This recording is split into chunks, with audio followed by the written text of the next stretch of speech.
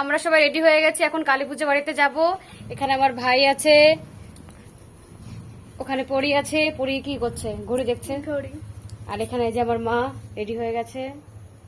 একই, চলো পরে কথা বলছি, দেখাচ্ছি এবারে গিয়ে। দিদা প্রসাদ নিয়ে দাঁড়িয়েছে, এখন আমরা বেরোতে পারিনি।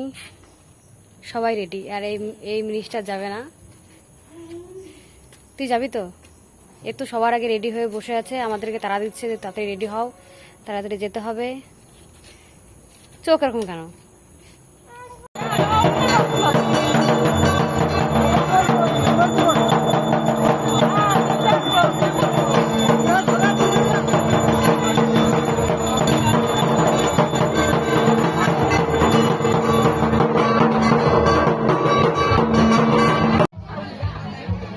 চলে এসছি কালী পুজো বাড়িতে, তখন মায়ের পুজো চলছিল, তাই সবাই দাঁড়িয়ে একটু পুজো দেখছিলাম।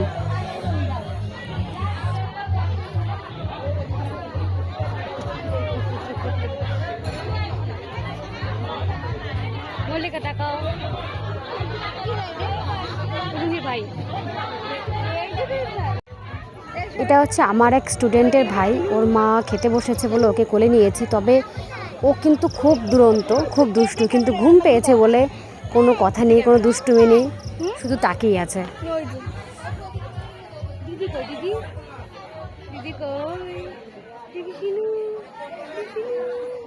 এই যে চলে এসেছি কালী পুজো বাড়িতে। সব জায়গায় এখন সিট বুকিং, সব জায়গায় চলে। তো কালী পুজো বাড়িতে তা অন্যথা যাইনি, অনেকক্ষণ ধরে ওয়েট করছি, কিন্তু এখন আমরা সিট পাইনি। সবাই এখানে খেতে বসেছে, কি করা যাবে? 2 ঘন্টা মতো হয়ে গেছে, এখনো সিট পাইনি আমরা। পুজো কমপ্লিট হয়ে গেছে, এখন মায়ের যাবার পালা।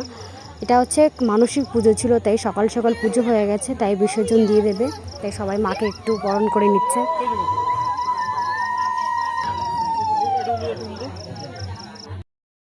তো ফাইনালি আমরা খেতে বসেছি, সিট পেয়ে গেছি। এখানে সবাই খেতে বসেছে, আমরাই মনে হয় লাস্ট ছিলাম।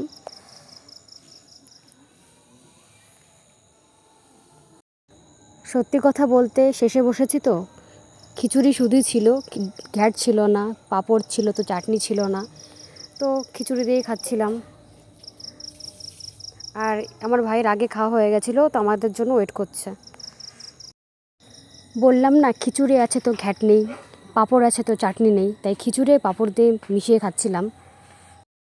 যাই হোক, ভগবানের প্রসাদ বলে কথা, চুপচাপ খেয়ে বাড়িতে যাব। তো আমাদের খাওয়া হয়ে গেছে, আমরা বেরিয়ে পড়েছি। এখনও দিদা আসেনি, তো তার জন্য ওয়েট করছি। চলে এসছে দিদা। তো ভিডিওটি কেমন লাগলো অবশ্যই কমেন্টে জানিও। টাটা।